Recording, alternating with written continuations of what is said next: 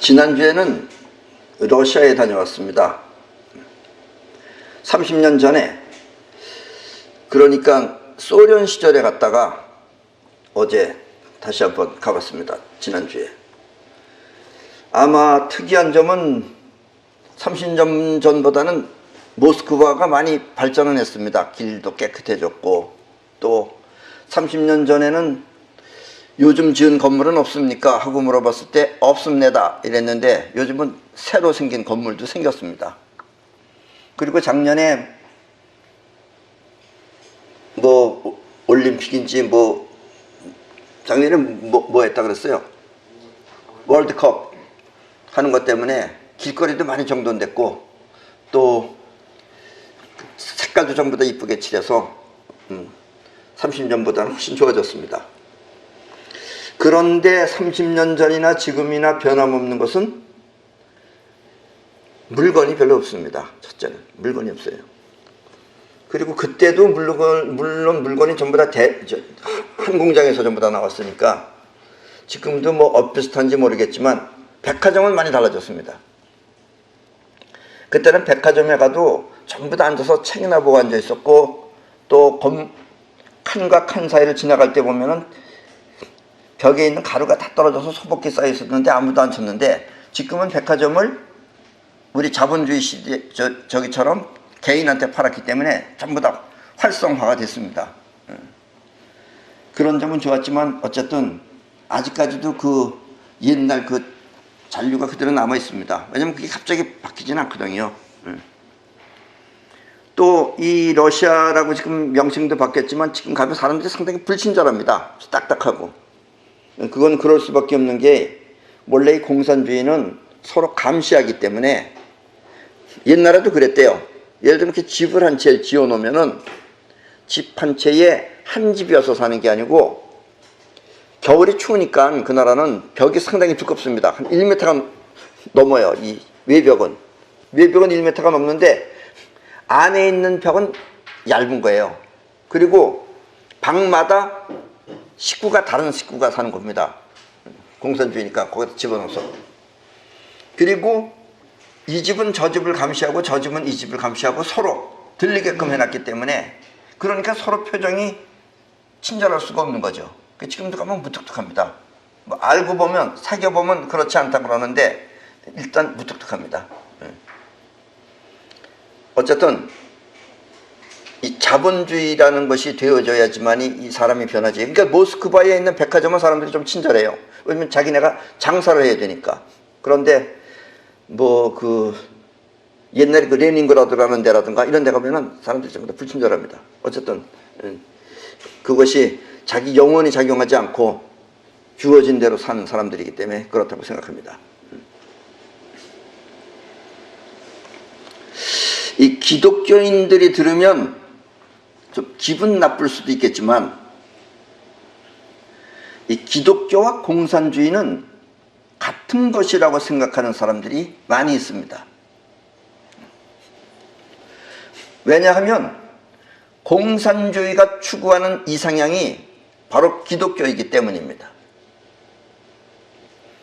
그런데 우리는 동양입니다. 우리 동양 사람으로서 공산주의가 됐든 기독교가 됐든, 왜냐하면 뭔가 시스템이 비슷해요. 그 이유는 저쪽이 서방 국가이기 때문에 그래요. 서양 사람들이기 때문에 그 사람들이 기독교를 만들듯이 공산주의도 만드는 겁니다.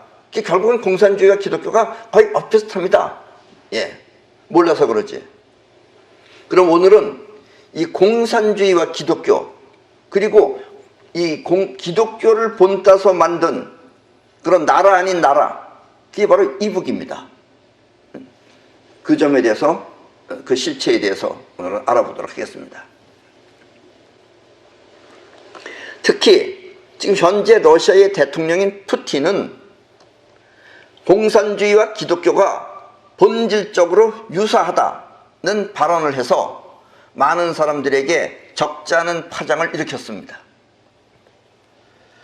우리 한국에 순교자의 소리라고 하는 어느 기독교 단체는 이 보도 자료를 통해 복음주의인 기독교인을 향해 러시아 정부가 규제와 핍박이 가중되는 시점에서 푸틴 대통령은 공산주의와 기독교가 본질적으로 유사하다고 말했다며, 푸틴 대통령은 공산주의와 기독교 모두 자유, 인류의 평등을 추구하며 또 어려움을 겪는 국가들에게 희망을 준다고 말한 것을 지적하기도 했습니다.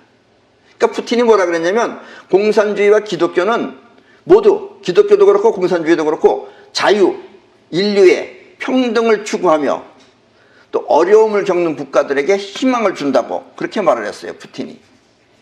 그리고 본질적으로 유사하다라고 말을 했습니다, 푸틴이.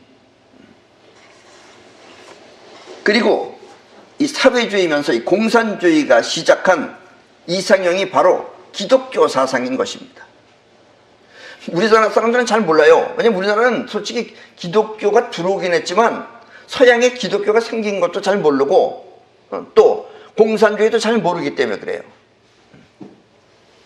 옛날에 이 러시아, 소련의 스탈린은 WCC가 뭐냐면 월드 캔슬 오브 더 처치스라는 겁니다. 그러니까 WCC라는 세계교회 협의회를 창설하여, 그러니까 세계교회 협의회를 창설한 사람이 스탈린이에요. 아셨죠? 스탈린이 창설해가지고 기독교 자체를 적화시키려는 노력을 기울여 왔습니다. 옛날 스탈린이 그런 일을 했어요. 공산주의가 도리어 기독교에다가 영향을 끼치려고 한 것입니다. 그러니까 체계는 뭔가 비슷해요. 여러분들은 서양을 잘 몰라서 그러지, 서양이 말하고 있는 그 기독교 사상이나 거기서 기독교에서 예를 들면 자유, 인류의 평등이라고 하지만 평등 마찬가지죠. 인류에 비슷하죠. 인류라는 건 뭐냐면 높낮이가 없다 이거예요. 너도 나도 다 똑같다 이런 얘기입니다. 그리고 자유롭다고 하지만 그 자유가 틀리죠. 지금 서로 자유가 없죠. 공산주의는 남 눈치나 보고 앉았으면서 그러고 있으면서, 그러니까 그런 것이 우리가 볼 때는 단어로 봤을 때는 틀리지만은 아까도 그랬잖아요. 어떤 복음주의 하는 데가, 그러니까 러시아는 제재가 심하면서 복음주의인 기독교를 자기네랑 같다고 하는 건 잘못된 것이다. 그러니까 그 복음주의가 아니어서 그러지 어쨌든 외형적으로 나타난 거는 공산주의나 기독교랑 같은 겁니다, 사실은. 예. 그래서 우리가 얼핏 들으면 우리는 기독교를 그냥 하느님만 믿는다고 그러지만은 그 기독교라는 것 자체가 생길 수 있는 그 머리, 그거를 생각하는 그 머리, 그건 서양 사람들의 사고방식은 그렇다는 얘기입니다. 그래서 스탈린은 오히려 공산주의를 가지고 기독교에다가 적화시키려고 했던 거예요. 기독교가 공산주의, 우리 사람들을 이렇게 뭐 복음을 편다 그러지만 스탈린의 복음이 공산주의를 적화시키려고 했던 것이 바로 스탈린이 만들어낸 기독교 세계교회 협의회입니다. 그게. 예. 그리고 이 많은 사람들이 우리 남한에 있는 우리 대한민국 사람들이 생각할 때 이북은 종교가 없는 곳인 줄 알고 있어요. 이북은 종교가 없는 곳.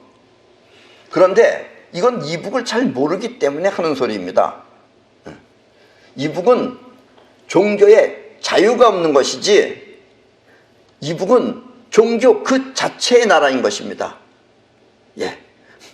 거기는 하느님 이런 건 안 해서 그렇지 이북은 종교 국가입니다. 솔직히 말하면. 그 종교의 자유가 없어요.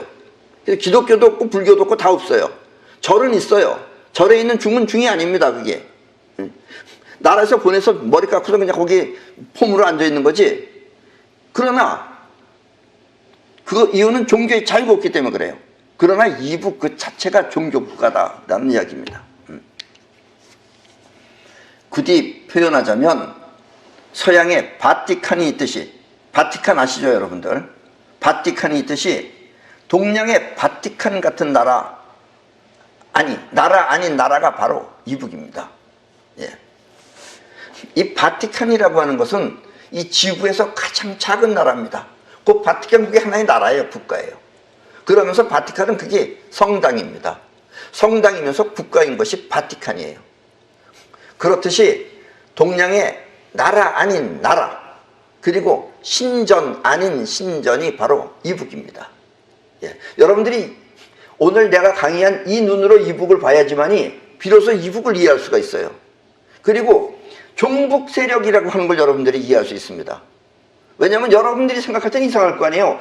저렇게 정치고 사람이 살 수 없는 저곳에서 저런 걸 왜 좋다고 저걸 갖다가 하는가, 이거 하고 하느님을 여러분들이 생각할 때는 목적인지 맹목적인지 모르게 그걸 따르는 것하고 다른 바가 없다, 이런 얘기예요. 이걸 이해하셔야지만 여러분들이 이북을 이해할 수 있고 기독교를 이해할 수 있는 거예요. 이북의 주체 사상은 일종의 종교입니다. 사상이라 그래서 무슨 사상이 아니에요. 그게 종교예요. 그게 주체 사상이. 그래서 북한의 주석. 근데 이북은 좀 깡패 집단이죠. 벌써 이름이 그렇잖아요. 주석, 즉 수령, 두령. 이거 두령은 어디서 써요?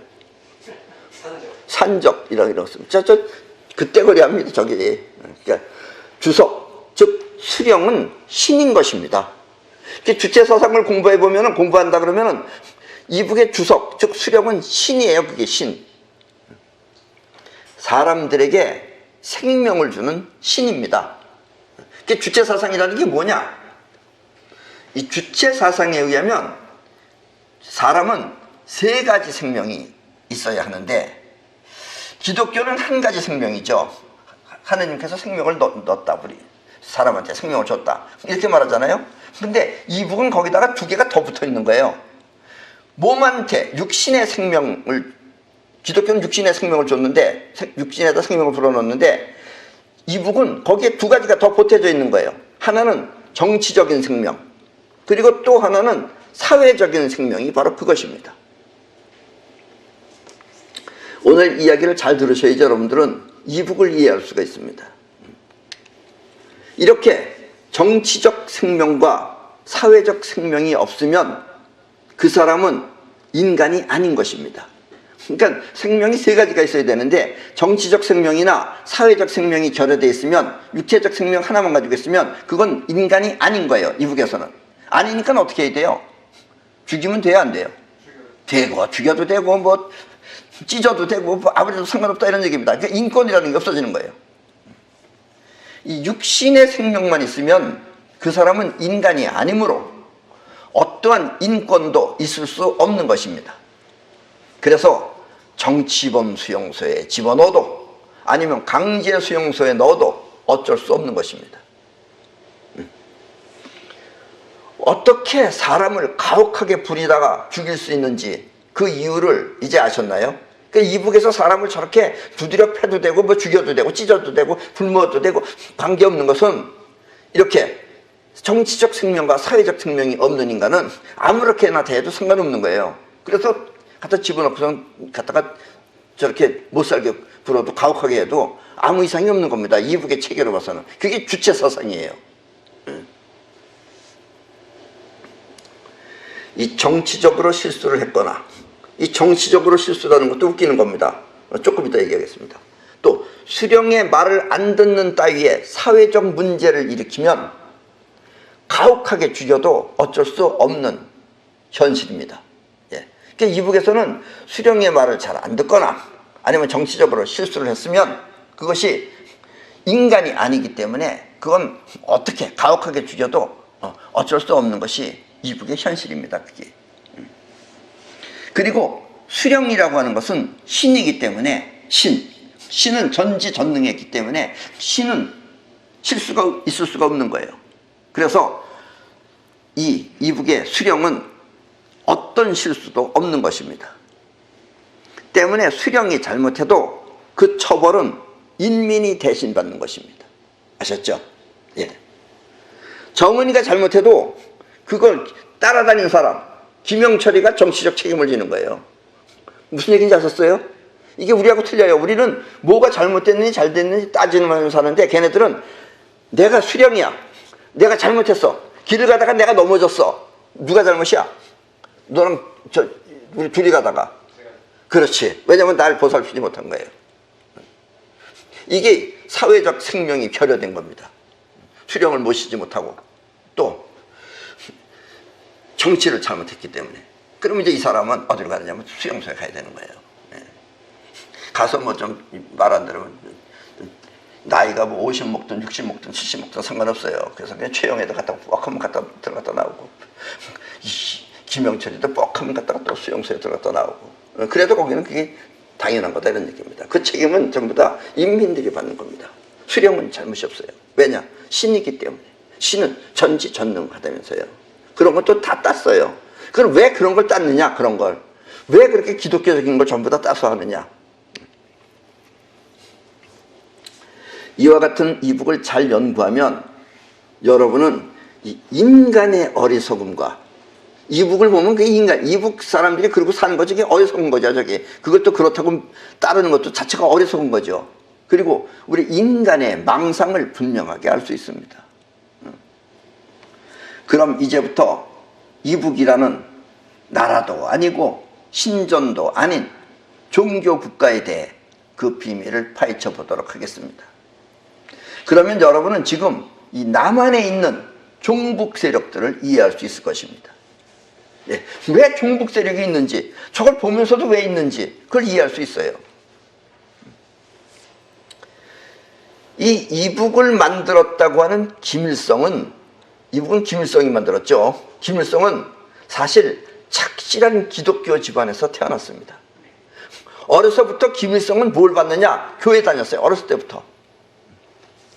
그의 어머니 강반석 씨는 이름에서 보는 바와 같이 절대적인 기독교 집안의 딸이었습니다. 네, 지금 여러분들이 보시는 저 사진에 저 왼쪽에 있는 여자가 강반석 씨입니다. 김일성이 엄마예요, 저기. 그리고 오른쪽에 있는 사람이 김일성이 아버지입니다. 네, 저게 엄마예요. 이름이 강반석이에요. 여러분들 반석이라는 말 지금 처음 들어본 사람은 모르죠? 반석이 뭐예요? 반석이 베드로예요, 베드로. 예. 이 반석이라는 이름은 기독교 성경책에 나오는 용어로서 이 엄마 쪽 모두는, 저 엄마네 집안은 목사, 장로들로 구성된 그런 기독교 가정에서 성장한 사람이 바로 김일성의 엄마입니다. 예. 저 집은 아버지는 장로, 뭐 오빠, 목사 다 뺑뺑 돌려서 저 집 식구들은 다 기독교 집안이에요. 그리고 거기서 태어난 사람이 바로 저 여자예요. 그 저 여자부터는 맨 기독교 집안에서만 자랐어요. 예. 그리고 저 아버지라는 사람도 마찬가지예요.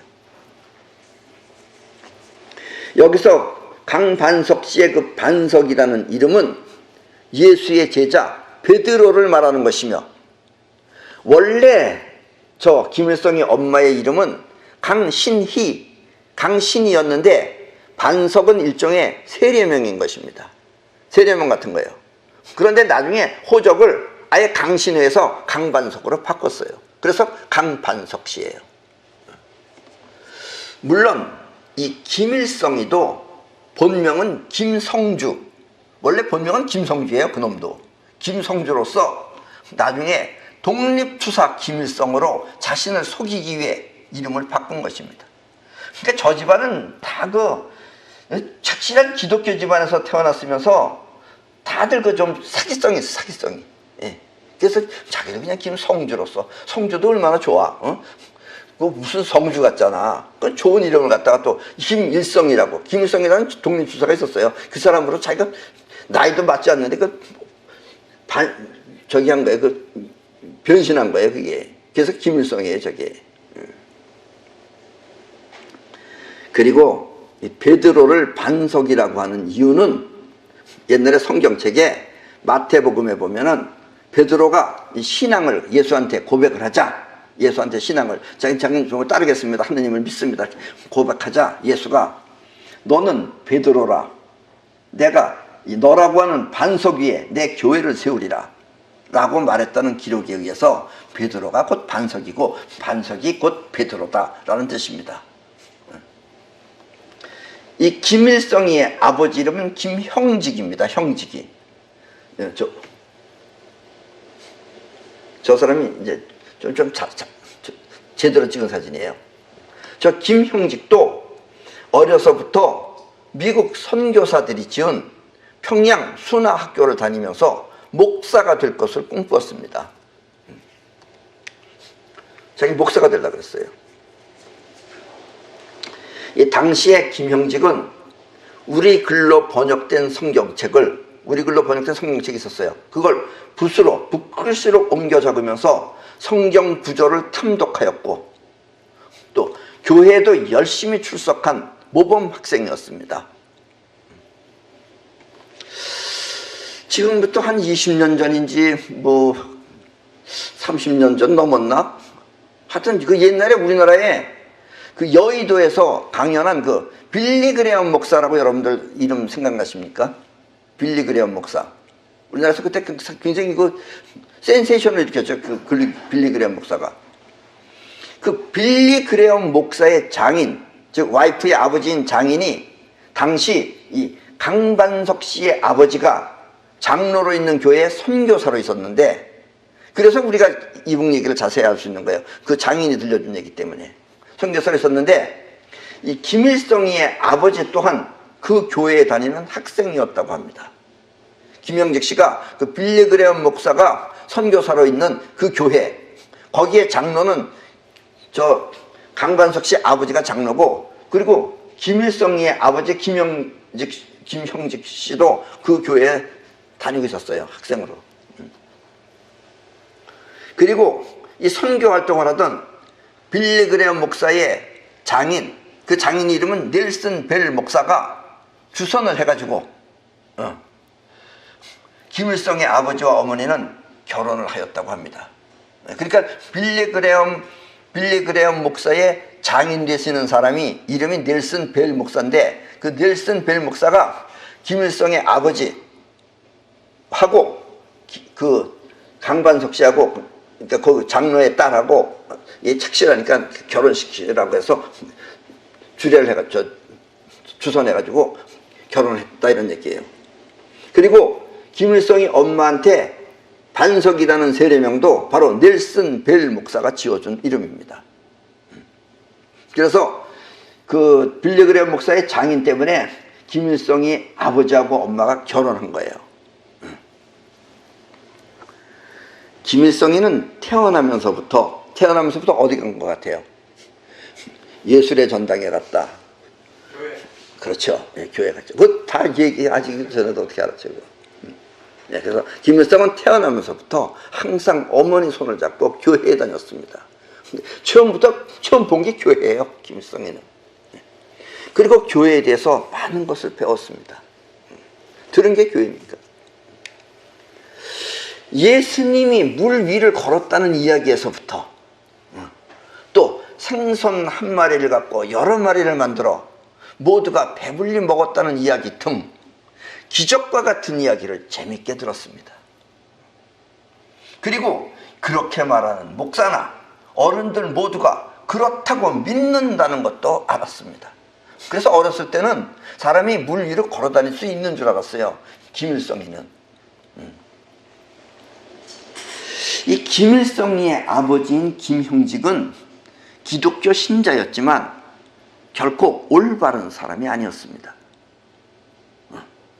어쩌면 김형직이는 그 기독교도 자신을 위한 방편이었는지도 모릅니다. 왜냐하면 이렇게 올바른 사람이 아니에요. 올바른 사람 아닌 사람의 아들이 김일성이에요. 그러니 그놈이 올바르겠어요? 예. 왜냐하면 그는 젊은 시절에 비교적 성공을 하였는데, 이 김형직이는 젊었을 때 이미 성공을 하였는데 그 이유가 결코 올바른 방법이 아니었기 때문입니다. 김형직은 그때 30세가 되기 전이에요. 김형직은 순천 의원과 무림 의원이라는 간판을 걸고, 어디서는 순천 의원, 또 어디서는 무림 의원이라는 간판을 걸고, 그리고 방 안에는 가짜 세브란스 의학 전문학교 졸업장을 걸었습니다. 그러니까 학력을 위조해가지고 마치 세브란스, 즉 연세대학교 의과대학을 나온 것 같은 졸업장을 갖다 걸어놨어요. 그때는 의사 면허증보다도 하여튼 졸업장 있으면 치료해도 괜찮았던 모양이에요. 그래서 그걸 걸어놓고, 가짜예요, 가짜. 그리고 당시에는 거기가 만주인데 만주는 무질서한 때라 무면허 의사에 대한 단속이 없었던 것입니다. 원래가 만주는 막 무질서해서 뭐 무면허 의사 이런 거 단속이 없었어요. 그리고 이때 김용직은 아편도 밀매에서 큰 돈을 벌었다고 전해지고 있습니다. 일본 외무성의 간도 총영사의 기록에 의하면 김용직은 장백현 8도구에 거주하며 재산이 1,000원 이상이나 되는 거부였다고 합니다. 그때 1,000원이면 엄청 큰 부자예요. 지금으로 얘기하면 한 100억쯤 될까? 뭐 하여튼 몇십억쯤 될 겁니다, 아마. 그러나 김용직은, 이 김용직, 김일성의 아버지는 이상하게 또 공산주의를 무척 싫어했어요. 철저한 반공주의자였던 것입니다. 근데 그 아들놈이 이제 공산주의 나라를 만드는 거예요. 그리고 그는 아이러니하게도 이 공산주의자들한테 32살의 젊은 나이에 맞아 죽었습니다. 살해당했어요. 그래서 김용직은 32살에 죽었어요. 그것도 공산주의자들한테 두드려 맞아 죽었어요. 그리고 지 아들이 이제 공산당이 되는 거예요. 그러니까 자세히 알고 보면 집안 자체가 좀 뭔가 이 부질서한 집안이죠. 예. 이 젊은 나이에 아버지가 죽자 어머니는 안도현, 만보라고 부르는 중국 동네에서 아편 농사를 짓던 조광준이라는 호래비, 그 사람 예편자는 죽었는지 도망갔는지 어쨌든 그 호래비하고 재혼을 했습니다. 엄마가. 그리고 이때부터 김일성은 본격적으로 엇나가기 시작했습니다. 삐뚤어지기 시작한 거예요. 엄마가 결혼하고 나니까 그때부터 삐뚤어지기 시작했습니다. 아버지가 가짜 의사로 돈벌이를 하듯이 무언가 세상을 속여서 크게 한탕할 생각을 하기 시작한 겁니다. 김일성이가. 네. 근데 아버지보다는 뛰어나다고 생각해요. 왜냐하면 김일성이는 지 애비는 신 믿는다고 따라다녔지만 지는 신이 됐잖아요. 어떻게 생각해요? 김일성이 결국 신이 된 거예요. 기독교는 없애버렸지만 자기가 신이 된 겁니다. 아셨죠? 어렸을 때부터 보고 전개한 게 기독교밖에 없어요. 김일성은 어려서부터 보고 자란 환경이 기독교입니다. 때문에 이북의 모든 문화는 여러분들이 볼 때는 이북을 잘 몰라서 그러죠. 이북의 모든 문화는 기독교 문화가 그 뿌리라고 해도 과언이 아닙니다. 지금 현재 이 남한에 거주하고 있는 탈북자들이 이 대한민국에 와서 가장 놀란 것 중에 하나가, 하고서 깜짝 놀란 것 중에 하나가 이북의 수많은 노래가 이 찬송가와 너무나 흡사하다는 것입니다. 그러니까 이북 노래는 거의 찬송가 비슷해요. 찬송가 4절이라고 생각하면 돼요. 3절까지 있는 찬송가의 4절이고 4절까지 있는 찬송가가 5절이라고 생각하면 됩니다. 그거 다 찬송가의 경우. 어려서부터 주워 들은 김일성이 귀에 들린 노래는 다 찬송가밖에 없기 때문에 찬송가 비슷하게 전부 다 노래를 만들었어요. 그래서 이북 노래는 다 찬송가 같다고 생각하시면 됩니다. 가사는 달라도 곡조가 신통하게 기독교와 천주교 신자들이 부르는 찬송가를 모방한 것 같다는 것이 모든 탈북자들의 공통된 견해입니다. 그 사람들도 여기 나서 깜짝 놀란 거예요. 교회 다녀보면서 아니 이거 우리 이북에서 주로 듣던 노래 품이 똑같네? 이게 바로 찬송가입니다. 그리고 김일성은 기독교가 성경을 믿고 따르듯이 요게 이렇게 재밌는 거지. 왜냐면 성경을 믿고 따르듯이 이 대중이 믿고 따를 수 있는 자기만의 성경을 만들라고 명령했습니다. 그리고 그것이 바로 주체사상입니다. 주체사상이라는 것은 남한으로 탈북한 황정엽 씨가 그것을 만들었습니다. 예. 이 사람이 황정엽 씨죠. 예. 이북 김일성 종합대학 총장도 했어요. 저 사람이 주체사상을 만든 거예요. 그리고 주체사상이 결국 이북 성경입니다. 그게 성경이에요. 그게. 아까도 얘기했죠. 인간에는 3가지 생명이 부여되어야 된다. 정치적 생명과 사회적 생명. 정치적 생명은 정은이가 잘못한 건 다 그 옆에 있는 사람이 제일 잘못 쓰는 거예요. 내가 가다가 넘어졌다. 그럼 내 옆에 날 데려간 사람이 다 잘못 뒤집어 쓰는 거예요. 그게 정치범이에요. 그럼 그 어디 가서 벌 받아야 돼요. 수령님을 제대로 보필하지 못했다고. 그러고도 내가 일로 가라 그러는데 저쪽으로 간다. 그럼 그 사회적으로 생명이 결여된 거예요. 그럼 그거 찢어 죽여도 상관없어요. 그래서 이북은 막 찢어 죽이고 그래요. 김일성은 차츰차츰 크면서 생각했습니다.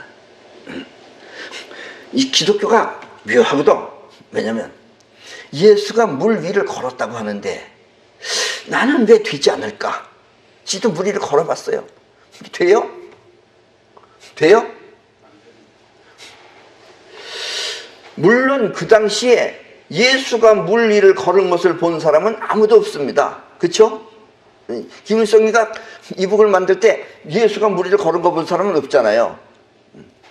그리고 자신은 물론 다른 사람 모두도 물 위를 걷는다는 것은 불가능하다고 생각했습니다. 김일성이는. 김일성이가 바른 정신 가진 건 이거 하나예요. 사람은 물 위를 걸을 수 없다. 그런데 예수는 걸었다 이거야. 기독교쟁이들은 저걸 믿는다 이거야. 그런데도 많은 기독교인들은 예수가 물 위를 걸었다는 것을 믿는 것입니다. 그때 김일성은 퍼뜩 생각했습니다. 그렇다. 종교는 아편이다. 예, 이게 김일성이 한 말 가운데 가장 유명한 말이 이 말입니다. 종교는 아편이라고. 자꾸 듣고 또 들으면 사실과 상관없이 그것을 사실인 양 받아들인다. 마치 아편을 먹으면 먹을수록 그것이 몸에 박혀 몸이 아편을 찾듯이 아편에 중독되는 것이다. 그렇다면 이 땅 위의 모든 신들을 다 몰아내고 내가 바로 신이 되자. 예수가 신이 되었듯이 나 또한 신이 되자 하며 자신이 통치하는 신의 나라를 만든 것입니다. 그게 이북이에요. 아셨죠? 여러분들은 우리식으로 이 이북을 이해하려니까 이북이 이해가 안 되는 거예요. 종교식으로 이해를 해야 돼요. 저게 바로 신의 나라 이북입니다. 그리고 신이 김일성이에요. 예수가 바로 김일성이에요. 그리고 예수가 물 위를 걸었듯이 자신도 강을 걸어 다녔다고 이북 교과서에 나와 있어요. 이북 교과서 봤어요? 거기 나와 있어요. 김일성이 강 위를 걸어 다녔어요. 알았죠? 뭐 압록강인지 두만강도 그렇고 여기도 김일성이 강에서 뭐 한다고요? 걸어 다녀요. 이북 애들한테 물어보세요. 김일성이 걸어 다녔냐 안 걸어 다녔냐. 다 걸어 다녔다고 말해요. 본 적은 있느냐? 못 봤다 그래요. 본 적은 없죠. 그게 김일성이에요. 그리고 종교라는 것은 아편이다 이거예요. 저렇듯이. 그리고 이 서양 종교가 바로 그런 겁니다. 쉽게 말하면. 그래서 이북은 김일성이 물 위를 걸었고 정은이는 3살 때 뭐 했어요? 총 100발을 쏴서 다 맞췄어요. 그놈은. 그리고 자동차도 7살 때 뭐 자동차도 운전했다 그러고 하여튼 그런 기적을 많이 일으켰어요. 김정일이도 그렇고 정은이도 그렇고 김일성이도 그렇고. 이북을 아는 사람들은 우리 남한 사람들은 잘 몰라요. 이북을. 근데 이북을 아는 사람들은 북한을 동방의 예루살렘이라고 부릅니다. 예, 그러니까 우리 식으로 전혀 틀린 거죠. 우리도 이 눈으로 봐야지만 이북을 이해할 수 있는 거예요. 근데 우리가 자유대한민국이니까 자유대한민국식으로 이북을 보니까 이해가 안 되는 겁니다. 그래서 북한을 동방의 예루살렘이라고 부릅니다. 북한에서는 근데 예루살렘이라는 말보다 쿠드스라고 부릅니다. 예루살렘은 히브리어로 평화의 마을을 뜻하지만 아랍인들은 예루살렘을 아랍어로 신성한 곳이라는 뜻의 알쿠드스라고 부르기 때문입니다. 그래서 이북에서는 예루살렘을 예루살렘이라고 안 부르고 쿠두스라고 부른다 이거예요. 평화의 마을이 아니고 바로 신성한 곳이다 이런 얘기입니다. 우리 남한 사람들은 까마득히 모르는 이북의 실상인 것입니다. 우리 남한 사람들은 왜 몰라요? 우리식으로 이해하려고 하기 때문에 모르는 거예요. 저걸 종교국가를 갖다 우리식으로 자유를 통해서 보니까 모르는 거예요. 그리고 이북의 법이 있어요. 이북도 법 있어요. 우리처럼 법이 있어요. 근데 법 위에 법이 또 있어요. 이북은. 그게 바로 10대 원칙이에요. 저게 이북의 10대 원칙이 적혀있는 책입니다. 저것은 기독교의 10계를 모방하여 만든 것입니다. 이북의 법 위에 법이 저 10대 원칙인데 저 10대 원칙은 10계를 가지고 만든 거예요. 그러니까 지금 완전히 기독교 베낀 단체죠, 저게. 기독교의 10계가 1번, 여호와 외에 다른 신을 섬기지 말라. 2번째, 우상을 섬기지 말라. 3번째, 하느님의 이름을 망령되게 부르지 말라 라고 시작한다면, 원래 10계는 그렇게 시작해요. 신을 섬기지 말라, 여호와 외에 다른 신을 섬기지 말라, 우상을 섬기지 말라, 하느님의 이름을 망령되게 부르지 말라. 10계는 그렇게 시작하는데, 북한의 10대 원칙은 하나에서 10가지 모두 김일성을 찬양하며 떠받들라는 말만 있습니다. 예를 들면, 그래서 10대 원칙을 다 읽을 필요 없어요. 한 개만 알면 다 똑같아요. 위대한 수령 김일성 동지를 충성으로 높이 우러러 모셔야 한다. 따위가 그것입니다. 여러분들이 듣기엔 좀 역겹죠? 위대한 수령 김일성 동지를 충성으로 높이 우러러 모셔야 한다. 이 말도 역겨운데 다 그런 것 일색입니다. 이렇게 이북은 김일성 유일신 체제로 이루어진 쿠드스인 것입니다. 이북은 김일성 유일신 체제로 이루어진 쿠드스예요. 신성한 곳이에요. 예. 저 신성한 곳을 바라보고 있으면 사람 실성해요. 아셨죠? 너무 신성해서. 결코 기독교가 잘못되었다는 뜻은 아닙니다. 그러니까 오해하지 마시기 바랍니다. 기독교가 되었든 주체 사상이 되었든 우리 인간은 계속해서 그 이야기를 자꾸 들으면 김일성이 말했듯이 그것에 중독될 수밖에 없습니다. 그래서 김일성은 종교는 아편이라고 한 것입니다. 김일성이 한 말 가운데 가장 위대한 말은 종교는 아편이다. 이 말 한마디입니다. 그건 진리에 가까운 말이에요. 그 나머지 말은 다 새빨간 거짓말이지만 그거 하나 말은 김일성이 제대로 인간을 파악한 거예요. 파악했기 때문에 그렇게 만들 수 있었던 거고. 때문에 이북의 주체 사상을 성경처럼 믿고 따른다면, 그걸 성경처럼 믿고 따른다면 그들은 결코 성경을 믿고 따르는 사람과 다르지 않습니다. 예. 우리 학교 다닐 때도 옛날에 애들이 주체사상, 주체사상 얘기했어요. 그걸 보면 세상이 달라진다고. 달라질 수밖에 없죠. 성경책하고 똑같으니까 그게. 성경책보다 오히려 더 성경책이니까. 10배 더 심하니까. 그러니까 사람이 완전히 거기에 도취되는 겁니다. 그래서 이북의 주체사상을 성경처럼 믿고 따르면 이북의 주체사상을 성경처럼 믿고 따르는 사람하고 또 성경을 믿고 따르는 사람하고 다르지 않다는 것입니다. 마치 기독교인이 세상으로부터 손가락질을 받는다 하더라도 그것을 굳건히 믿고 지키듯이 말입니다. 그게 순례자가 되는 거 아니에요. 때문에 우리는 이북의 실상을 보고 왜 저것을 따르는지 그 의문을 이해할 수 있을 것입니다.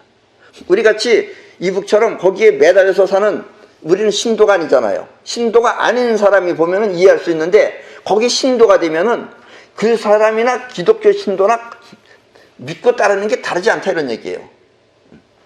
그래서 이북을 따르는 자들은 일종의 순교자들인 것입니다.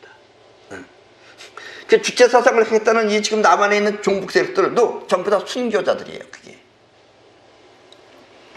그리고 이 남한에는 그와 같은 많은 순교자가 있을 뿐입니다.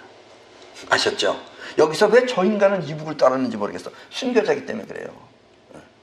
그게. 이 유튜브 강의를 들으면 어느 정치학 박사가 있어요. 그 사람이 진솔한 사람입니다. 예. 근데 이 정치학 박사가 이북을 추종하는 사람들을 가리켜서 아마 우리 남한 사람들인 것 같아요. 그 사람들 가리켜서 이해할 수 없다고 고개를 솔레솔레 흔들었어요. 왜 그런 것을 그렇게 따르는지 이해할 수가 없다고 고개를 솔레솔레 흔들었어요. 그런데 사실 그 박사님도 착실한 기독교 신자입니다. 때문에 그 박사님은 이북 사람들을 이해할 수 없다 그러는데 그 이북은 생각하지 말고 이북이라는 거기만 생각하고 빼버리고 자신의 신앙을 돌아보면 그들의 심정도 이해할 수 있을 것입니다. 자신이 믿고 있는 종교나 저 종북자들이 이북을 따르는 거랑 다르지 않다는 걸 이해할 수 있다, 이런 얘기입니다. 예. 종류가 이쪽은 기독교냐 이쪽은 빨갱이냐 이거에만 다른 거지 결국은 그렇게 하고 있는 그 피조물적인 인간은 똑같은 것이다, 이런 얘기예요. 이해하셨습니까? 예. 김일성이 바로 그것을 이용해서 신앙 아닌 충성심을 만들었기 때문입니다. 예. 그러니까 김일성의 위대성은 바로 그거예요. 아, 종교는 아편이다. 아편 먹고 취하듯이 만들어 놓은 게 저 이북이에요. 근데 요즘 점점 깨어나고 있죠. 예. 그러니까 우리는 이북 사람들을 이해 못했잖아요. 이북 사람들을 이해하려면 크리스찬들을 보면 돼요. 그거랑 저거랑 다른 바가 없다라는 것을. 예. 자, 그럼 손자병법입니다. 범군 호고 이오하, 귀양 이천음, 양생 이처실, 군무 백질, 시위 필승.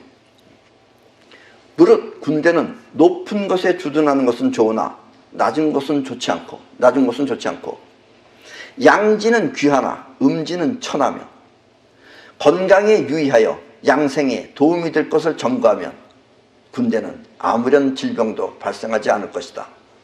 이것을 필승의 태세라고 한다. 꼭 전쟁을 위해서 싸우는 것이 아니라 우리는 다른 것으로부터 침범을 당하지 않으려면 또 전쟁이 우리한테 일어나지 않게 하려면 우리는 강해야 됩니다. 그런데 지금 우리나라는 우리 강한 걸 다 와해시켜버렸어요. 지금 이게 나라가 아니에요, 지금. 예. 지금 이북보다 더 큰 문제가 우리 남한입니다, 사실은. 그래도 이북은 신을 모시고 있어요, 저기는. 굳건해요, 저기다 순교자들이에요. 지금 정신이 깨서 그러지. 아편이 지금 점점 마약에 중독된 게 풀려서 그러지. 우리는 그나마 지금 있는 국력을 지금 전부 다 와해시켜버리고 있어요. 정말 웃기는 나라입니다, 정말. 예. 다시 한번 쉽게 풀이하면 군대는 높은 것에 주둔하면 유리하고 낮은 것은 불리하며, 왜냐면 낮은 곳에 있으면 위에서 돌 굴리면 다 맞아야 되잖아요. 그러니까 높은 것이 유리하고 낮은 것은 불리하며, 전쟁도 강한 것이 유리하고 약하면 불리하고, 또 양지 바른 것은 좋으나 음지는 좋지 않다. 양지 바른 곳에 있으면 병이 안 생기는데 은은 좀 심한 곳에 있으면 병이 생겨요. 이렇게 건강을 생각하여 양지 바른 곳에 주둔하면 군대는 아무런 질병도 발생하지 않을 것이다. 이렇게 아무런 문제가 없는 것을 필승의 태세라고 한다. 근데 우리는 지금 문제가 많아졌어요. 우리 남은 여기저기 다 문제예요. 그나마 우리 주변국들이 다 우리를 호구로 보고 있어요. 호구는 사전에 나와 있는 말입니다, 그거. 예. 우리를 아주 바보처럼 생각하고 있어요, 지금. 참. 이게 우리나라가 민주국가라서 그래요. 우리나라 국민이 그렇게 만든 겁니다. 아셨죠? 누가 만들었다고요? 국민이 만든 거예요. 어느 한 사람을 지칭하지 마세요. 그 인간을 왜 뽑았어요? 예. 사실 이것은 전자시대가 아닌 옛날 시대의 전쟁법을 말한 것이지만, 손자는 어떻게든 좋은 환경과 힘의 균형이 유리한 쪽으로 택하라고 말하는 것입니다. 그러니까 강한 쪽을 택하라, 이런 얘기예요. 강한 자가 안 싸우고 있으면 그게 평화예요. 싸움은 내가 하는 것이지만 싸워서 이길 수 있는 힘은 주변과 환경에 있기 때문입니다. 이렇게 주변과 환경을 유리한 쪽으로 완벽하게 갖추어야 필승의 태세라고 할 수 있는 것입니다. 그런데 우리는 지금 필승의 태세를 점점 허물어 가져가고 있어요. 그나마 지금 잠재되어 있는 우리 국민들이 이제 이걸 알고선 그나마 이걸 지키지 않으면 우리나라 허물어지는 건 간단합니다. 예. 지금 우리나라는 이런 실정이 있습니다. 그러니까 우리는 이럴수록 전부 다 확실하게 분명하게 알아서 다시는 이런 역사가 우리한테 반복하지 않도록 정신 차리지 않으면, 즉 의식 형성이 되어져 있지 않으면 우리는 결코 나라 존립이 힘들어지게 된다, 이런 얘기입니다. 그러나 우리나라 사람들은 강합니다. 그리고 우리나라 사람들은 세계 어느 나라를 가봐도 지금 나라가 작아서 그렇고, 나라가 지금 바보 같은 사람이 정치인으로 있어서 지금 나라가 이렇게 호구가 돼서 그렇지, 우리는 충분히 전 세계를 능가할 수 있는 그런 잠재적인 능력을 갖고 있어요. 소련 같은 데는 나라가 땅덩어리가 커서 그러지, 뭐 옛날엔 제2의 소련이었는지 모르지만 지금은 없어요. 물건 딱 5개 팔아요. 소련 가면 살 수 있는 게 딱 5개밖에 없습니다. 첫째, 인형 많습니다. 인형 안에 인형 안에 깔린 게 그거예요. 둘째, 모자 많습니다. 추워서 뒤집어 쓰고 다니는 모자가 있어야 돼요. 셋째, 여자도 스카프 있습니다. 그리고 넷째, 보드카 있습니다. 보드카. 40도짜리 보드카. 예전에 80도짜리인데 요즘 40도로 낮췄더라고요. 그 다음에 다섯째, 뭘 것 같아요? 그 80 먹은 할머니, 걔가 어렸을 때 찍은 사진이 들어있는 초콜릿이 여기저기 많습니다. 그 5가지 외에는 물건이 없어요. 가게도 없어요. 그러니까 그 사람들은 뭘 먹고 사는지 모르겠어요. 손가락 빨고 사는 모양이에요. 그게 소련이에요. 네. 여러분들이 가서 보면 거의 그 집 국가하고 비슷합니다. 그리고 이 옛날 거 가지고 이 먹고 살려고 하는 인간들, 다 이게 유럽은 전부 다 그래서 유럽은 전부 다 지금 별벌이 없는 거예요. 미래를 생각해야지. 그리고 또 거기 가면 뻑하면 뭐 유네스코가 지정하면 큰일 납니다. 그거 지정하면 간판도 못 달아요. 허물지 말라 그래가지고. 그래서 그거 뜯어먹고 살고 있어요. 옛날 건물 뜯어먹고 살고. 거기가 왜 그림이 그렇게 많은지 몰라. 다 보면 사진 붙여놓고서 사진 설명하고 있어. 사진이 아니지, 그림. 그건 뭐 잘 그렸다고. 요즘 사진 찍어서 붙여놓으면요, 더 좋아요. 거기 가면 볼 게 그거밖에 없어요. 물론 색칠 같은 건 색감은 좋습니다. 예술적이에요. 그러나 자랑할 만한 게 못 된다는 얘기입니다. 우리는 미래지향적으로, 우리는 하다못해 영혼을 통해서 우리가 원하는 새로운 세상을 만들어내는 것을 발전 삼아야지, 과거에 머물러 살면은 못 살아요. 소련 사람들의 평균 많은 사람들의 평균 수입이 80만 원이랍니다. 그리고 소련 나라는 하루 4시간밖에 일 안 해요. 일 안 하는 걸 우선으로 해요. 일하는 사람을 흉봐요, 저 사람들은. 그게 빌어먹을 인간들이죠. 그게 얼마나 있을 거지? 빌어먹을 겁니다, 이제. 땅덩어리는 전 세계에서 가장 넓은지 모르지만 힘이 없어요, 그렇게 되면. 그러나 우리는 충분히 잘 만들어내고, 또 빨리빨리 만들어내고, 또 남이 하는 걸 보면 눈치껏 봐가지고서 흉내낼 수 있는 그런 민족입니다. 단 우리끼리 싸우지 않고, 또 우리끼리 서로 잘났다고 그러지 않으면 우리는 세계를 제패할 수 있다, 이런 얘기입니다. 여러분들도 많은 나라를 다녀보시면서 깊이 생각해 보시기 바랍니다. 그럼 오늘 강의는 이거로 마치겠습니다.